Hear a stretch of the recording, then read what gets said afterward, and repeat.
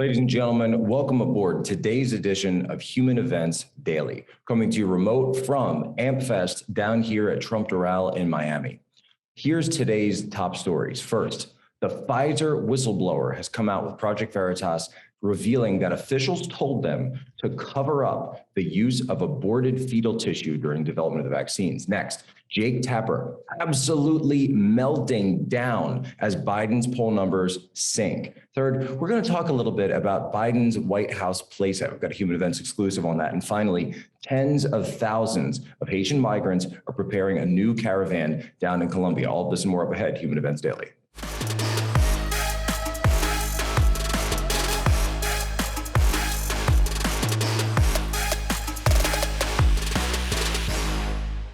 So, of course, all week we've been talking about the Facebook whistleblower. I call it the Facebook Karen, who came out and she's been put on 60 Minutes. She's in front of the Senate. We're hearing that she's going to the EU. We broke that story yesterday. But now there's a new whistleblower that's come out from Pfizer. She's gone with Project Veritas, and she's reporting something that they specifically do not want out in public.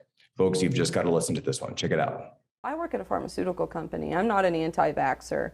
I just believe in research and science. Well, in this database, you came across a chain of emails discussing fetal tissue and the COVID vaccine. Vanessa Gelman, who works in Washington, D.C., is Senior Director of Worldwide Research. The question came up as an inquiry to our MedInfo group. They're asking, quote, did Pfizer make use of a cell line from an aborted fetus? They want you to leave out the highlighted part, which is the one or more cell lines with an origin that can be traced back to human fetal tissue has been used in laboratory tests associated with the vaccine program. And here we have your badge. You are an employee of Pfizer?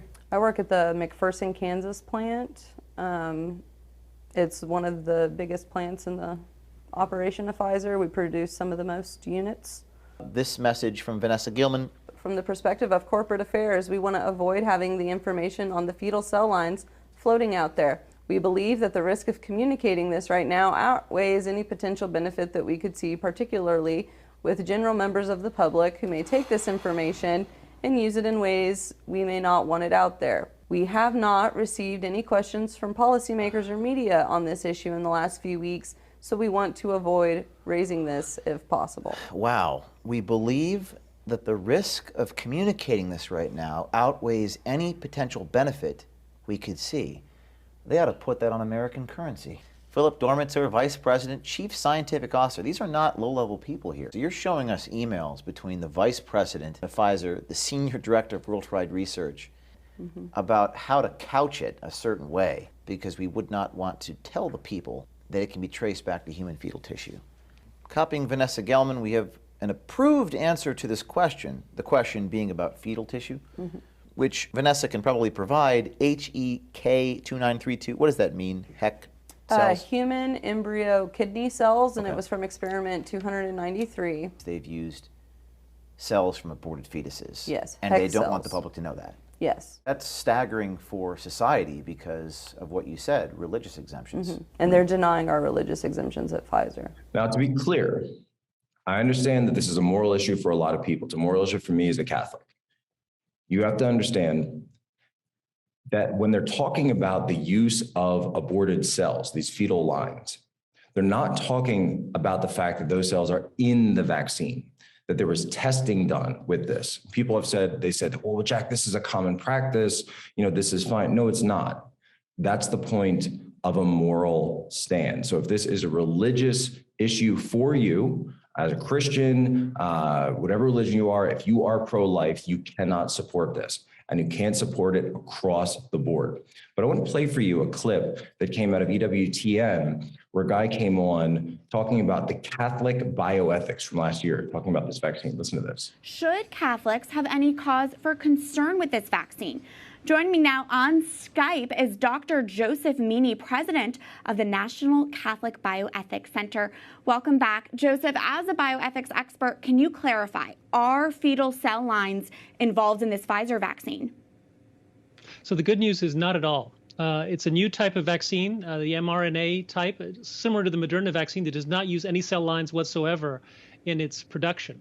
So in that case, there are no cell lines involved in its development or production. So I don't really understand what's going on there. To me, that sounds like a complete lie. from what's had. And this clip was sent in actually by a viewer of Human Events Daily. So thank you very much for sending that to us. I hadn't seen that clip before myself. This is a problem.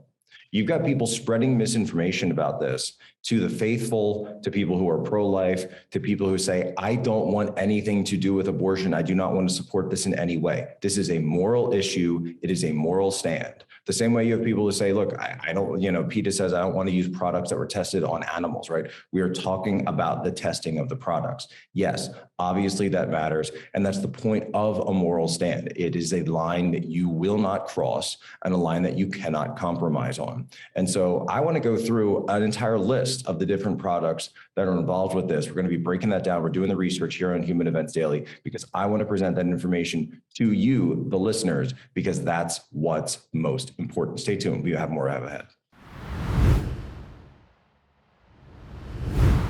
And we're back. Now, I've told you before that Joe Biden's nickname in the White House shade wars, that Kamala Harris refers to him and her team refer to him as the Titanic. And I think we all know why that is.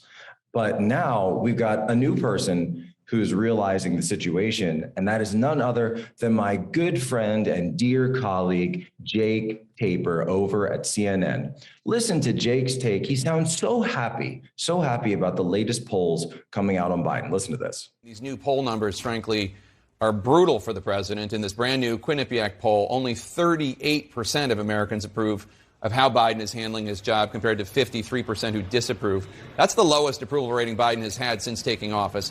Another striking number, only 39% of Americans approve of Biden's handling of the economy. 55% say they disapprove of the job he's doing on the economy. When asked, is Joe Biden an honest president? 44% of Americans say yes. 50%, a plurality, say no.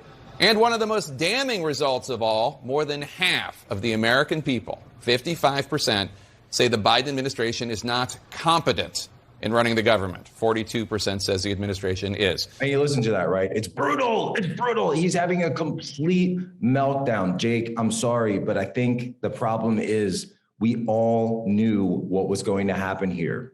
You guys put this guy in office. The entire left, the entire media establishment, in many cases, the defense establishment put this guy into office. He was nobody's first choice. Even Barack Obama said, I don't want to say that because I don't like to use that word, but he said, trust Joe to screw everything up. That was Barack Obama. Remember, this is the same Barack Obama who never even invited Joe. Remember, one of those early days when Joe first got to the White House this time around, he said, I've never actually been in the residence before, right? So read between the lines on that a little bit. What does that mean? Never been into the residence means that for 8 years, when Barack Obama and his family lived there, they didn't even invite Joe over for dinner once. That was his role as a vice president. That's how much standing, that's how much clout he had. None whatsoever. He's a puppet. He is a puppet president. This is the Peter Principle presidency. And in many cases, it's also the Truman Show presidency, which we're going to get into a little bit in the next segment. But the main thing is this. Democrats realize what's going on here. That's why we've been talking about this shade war. We've been talking about all of the knives out in the White House politically for Joe Biden, saying that he doesn't have a leg to stand on. That's why you have John Kerry out there going over to France and throwing him under the bus without any repercussions. Jen Psaki even supported what John Kerry said. She went to bat for him after they were asked about this. Said, why do you have your this big name climate envoy out there? He's the former Secretary of State, and he's throwing your president under the bus. Are you going to say anything about this? Are you going to fire him? No problem whatsoever. If you have a subordinate that is acting like that, you have to fire them if they're acting like that in public, period. It's just how the game works. You absolutely have to fire him. The fact that he won't shows that Joe Biden is not the person in charge. He is not the person who's making the decisions. The people that do, they are people that watch The West Wing. They watch Veep. They think that's all they need to know about government. They are not experts in anything. They've never done anything in the real world to speak of. And that's why we have what we have. That's why we have what we have now. And what I said yesterday, and we got some heat. We got some heat from yesterday's show when we were talking about Taiwan, and I was talking about the potentials for a PLA Chinese military invasion of Taiwan. They said, it's not going to happen. This is fake news. This isn't going to go down. I said, look, you have a situation where essentially we have our Boris Yeltsin in office, okay? It is even worse than when Obama was in office and Putin looked at Crimea following the Maidan Revolution and said, we are going to annex it. You've got Xi Jinping and you've got Zhong Nanhai, that's the Kremlin for Beijing. They are looking at this and saying, it's right there for the taking. We want Taiwan anyway.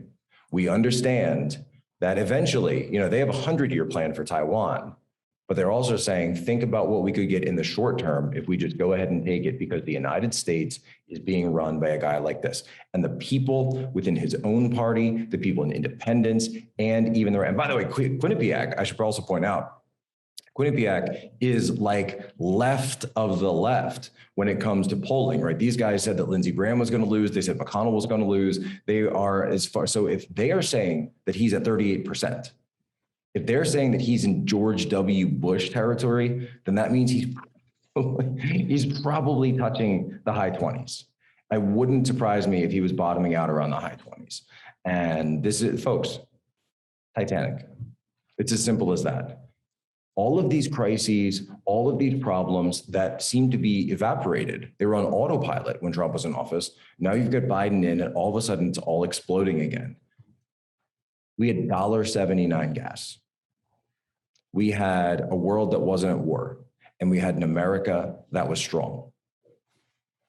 Just putting out the facts, folks, the bluff, the bottom line up front. Stay tuned, more ahead on Joe Biden and his silly little playset. Your Events Daily continues.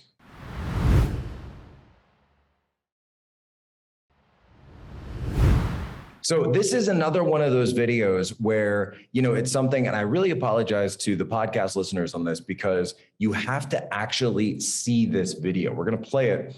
And afterwards, if you're listening to the podcast, just go ahead, jump onto our YouTube, jump onto our Rumble, get in there. You've got to see this actual video, because the audio of it isn't all that remarkable. It's just Joe Biden having a meeting with some boring people. And the video of it, though, is remarkable. What it is, and when it's zoomed in, it looks like Biden's holding a meeting in the Oval Office. But video zooms out and you realize it's not the Oval Office. It's some playset. It's a White House playset where they've set it up to be that, depending on your camera angles, it looks like it's like something from Saturday Night Live, that it looks like you're on the White House, you're in the White House in the Oval Office, but you're actually not. And yet he has the Oval Office, but they're not using it for some reason for these meetings. Take a listen, and then we'll talk some more about it. So I'd now like to turn it over to Joanne Jenkins, means to her members. So thank you, Mr. President, for the opportunity to speak to the impact of not raising the debt ceiling on our members in particular, and then nearly 65 million people across this country who rely on Social Security that they paid into over the series of their work life. For nearly a half of those. All right. It looks like we have lost the feed there, but that was President Biden and U.S. Treasury Secretary Janet Yellen at the White House. So I saw this thing and I said, what the heck is going on? I reach out to a White House official specifically about this. And here is, and I'll actually read the text and tell you what the answer I got back was. Team Kamala, Team K, is referring to this as Kijong-dong. If you don't know what Kijong-dong is, that's that village in North Korea that they have that's sort of like set up to be a kind of like Potemkin village, to make it look really nice. And that's where they let like foreign journalists in, and NBC falls for it. And it's just this like totally fake North Korean village. And Team K apparently is calling it that. But then I said, okay, that's hilarious, obviously. But what is actually going on here? Why are they doing this? A whole mess of Biden staffers came up with the idea for it. They said the Oval Office was too bland. And one of the staffers who used to be in Hollywood special effects said, let's create an immersive environment for him to conduct certain events, to one that could project a sense of calm to the American people. This is taking, I just said before, these guys are a bunch of West Wing LARPers on the Biden staff. This is taking the cringe to never before seen levels. We have never actually seen cringe this high in an administration. Okay, fair enough. The TikTok guy, the crazy TikTok guy they brought in, that was pretty bad. But it's just weird. You have the Oval Office. You think it's too bland? You think there's a problem with having the Oval Office? Maybe you shouldn't be there anymore. If you really don't like the Oval Office that much, you could always leave. I can think of a way that you don't even have to go to the Oval Office at all. And Joe Biden could just wake up every morning and they could go to his little fake set. He can go to his fake Oval Office, his play set that they gave him, and he can have his fake presidency, and he can have his fake approval numbers, and he can have his fake plans and everything else, the fake economy, right? With fake jobs. And he can pretend he's president. It's that we have a Truman Show presidency. We've actually gotten to the point where, and I said this was Boris Yeltsin, I said before that it seems like Biden isn't the one making the decisions. They've literally given him a fake White House playset at this point. John Kerry is out there publicly, not just saying to the French, but saying to the world, he doesn't know what's going on in his own administration. Ladies and gentlemen, it's simple. When someone shows you who they are, believe them. Just believe them. This is who Joe Biden is. This is who he is now. Isn't who he used to be, by the way. He used to be an absolute firebrand as a liberal Democrat. Absolute firebrand. Now, he's a guy who sits at a fake desk in a fake White House. Let that sink in. Stay tuned, because coming up ahead, we're going to have a really excellent segment. We're going to get into everything that's going on with illegal immigration, another caravan that's coming across the border. Make sure you are sharing this. Make sure you get it out with your normie friends. Subscribe, get us out there, and we will not let you down. Stay tuned. Human Events comes back. Turning Point Live. And we're back. Now, we've had the situation, the absolute crisis, I called it a surrender on the southern border that Joe Biden has created, again, by his policies, by the policies of this administration, the policies of this government. And that really is the situation we find ourselves in now, where obviously, like, people get it, right? The founders set up this system of federalism. We were going to have a loose confederation of states and then a federal government to kind of like run certain action areas.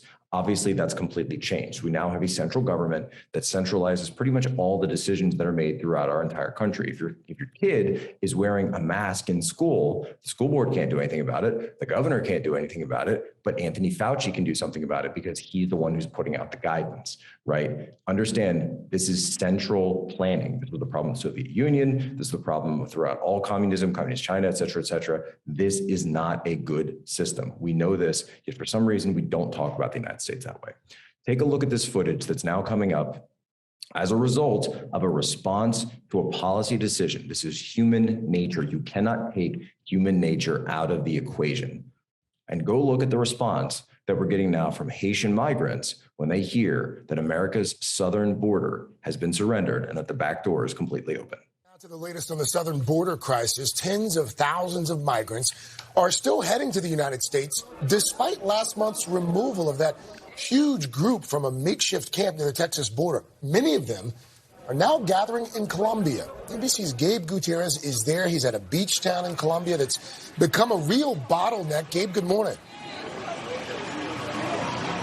Craig, good morning. The tents are crammed onto this beach, rows and rows of them packed with desperate migrants trying to get into neighboring Panama. If you're wondering how so many Haitian migrants ended up at the Texas border last month, this is why, and more are on the way.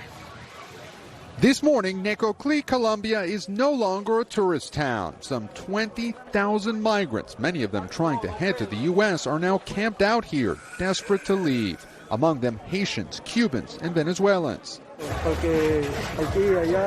This man tells us he left Haiti more than a month ago after the earthquake there and says he won't stop now.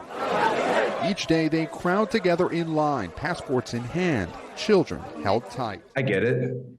You know, to an extent, I get it, right? If you were a migrant, if you were in one of these areas and you heard that the richest country in the world had opened its doors, they were going to let you in. They weren't going to check for a vaccine passport. They were going to bring you into their society. They were going to give you benefits. They're going to give you a welfare state, and you wouldn't need to do anything. You could just walk right across and you'd be welcomed in with open arms.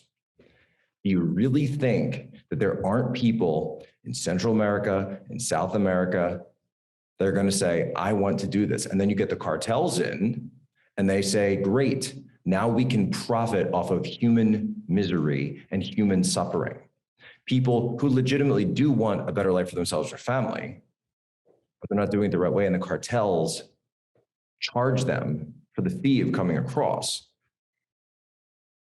And if you are someone who, and we've seen the data, we've seen the data out there when it comes to women and young girls and what happens to them when they're coming across. And so I'm sorry if I get a little emotional talking about that.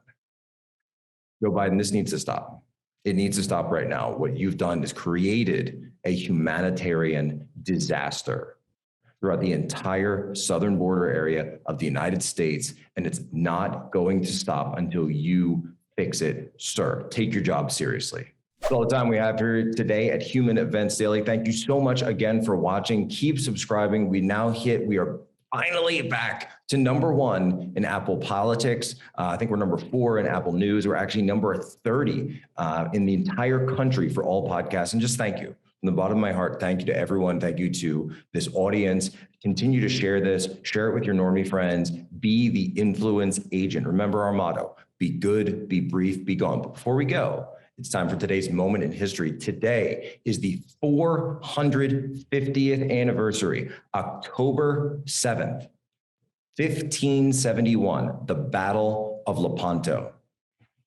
Christendom's Holy League versus the Ottoman fleet that wanted to come and conquer all of Europe. When we say Our Lady of Victory, pray for us, like we used to say when I played football, we're talking about the Battle of Lepanto. Ladies and gentlemen, as always, you have my permission to lay ashore.